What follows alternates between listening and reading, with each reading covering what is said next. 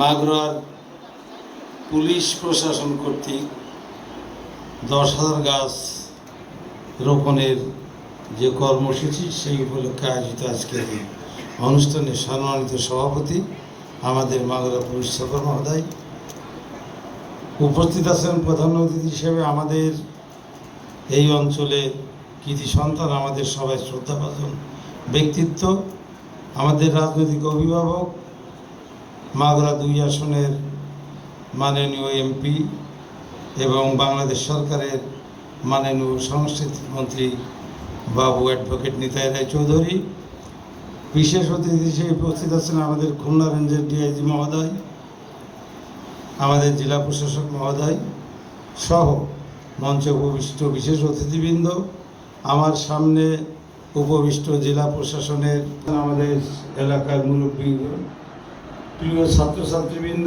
আসসালামু আলাইকুম, সাংবাদিকবৃন্দ। আসলে পরিবেশের ভারসাম্য এবং জলবায়ু পরিবর্তনে গাছ লাগানোর বা গাছের কোনো বিকল্প নয়।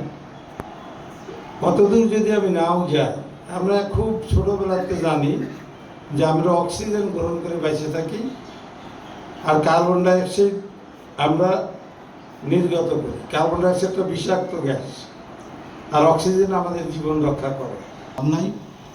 যে তবে আমার সবিনয়ে যারা গাছ লাগান সবার কাছে অনুরোধ,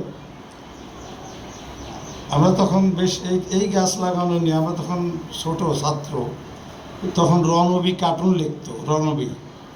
তো একটা কার্টুনে দেখছিলাম যে বড় অফিসার মহোদয় গাছ লাগাচ্ছে। এই সবুজ বিপ্লব না হয়, আমরা জেলা পরিষদ থেকে একটা সিদ্ধান্ত নিয়েছি যে এই গাছ ওরকম আমরা লাগাবো না। একটা গাছ লাগাতে যদি 1,000 টাকা খরচ হয়, সেই গাছ কিনে ভালো গাছ দেব এবং গাছ ভালো করে ঘিরে দেব, যাতে কোনো প্রকার কোনো গরু বাছনে বা সাধারণ মানুষ নষ্ট করতে না